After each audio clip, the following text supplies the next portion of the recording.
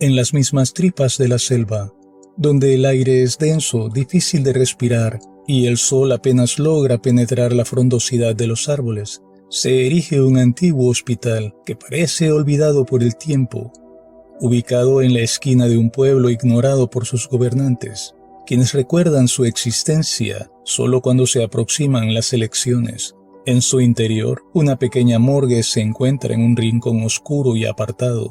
Es una estancia impregnada por un aire de desolación y misterio, que se comunica con el resto del edificio mediante un largo corredor que se eleva 2 metros por encima del nivel del suelo para dar paso a las aguas de la marea creciente del Río Grande. Este es el lugar donde trabaja Marco, un hombre taciturno de pocas palabras, cuya mirada penetrante se ve afectada por la ceguera en uno de sus ojos que ya ostenta una coloración blanquecina. Marco, un ser de hábitos solitarios, se encargaba de la limpieza y la asistencia en la morgue.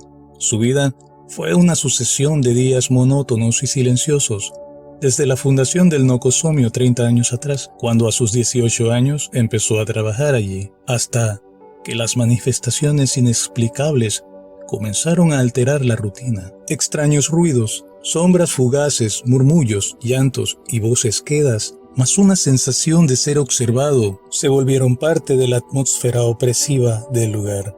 Todo hospital tiene sus historias y leyendas, algunas con fundamento, otras producto del miedo en mentes creativas y mitómanas. Sin embargo, solo los que han trabajado en esos lugares y han vivido en carne propia estas manifestaciones pueden opinar con propiedad sobre ello. La historia que envuelve la morgue donde trabaja Marco tiene sus raíces en un evento trágico sucedido muchos años atrás. Una mañana, los habitantes de uno de aquellos pequeños pueblos incrustados en la selva encontraron el cuerpo de una mujer indígena flotando en el río. La mujer, de quien en un principio se pensó estaba hinchada, con esa hinchazón propia de los cadáveres ante la descomposición y liberación de gases, realmente estaba embarazada. Y a pesar de las especulaciones de un accidente, las circunstancias de su muerte eran misteriosas. Algunos murmuraban sobre manos criminales involucradas en su destino fatal. Evangelina Doviasa era su nombre.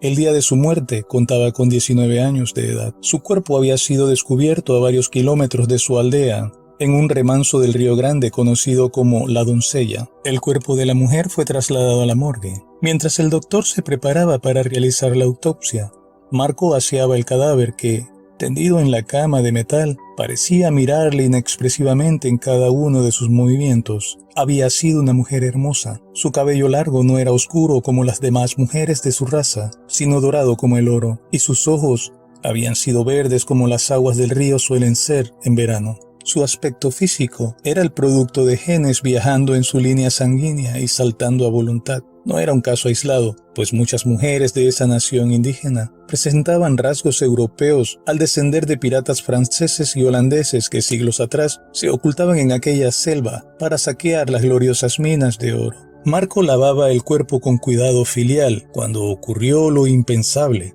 Sin ninguna explicación racional, el cadáver expulsó el cuerpo de una bebé. Los presentes quedaron sorprendidos. Era rubia y no presentaba rasgos indígenas. La enfermera y el forense se acercaron de inmediato ante el suceso, solo para atestiguar que la criatura abrió los ojos, emitió un quejido como si fuese un intento de llanto y luego de un espasmo muscular que le hizo agitar sus brazos, quedó inmóvil.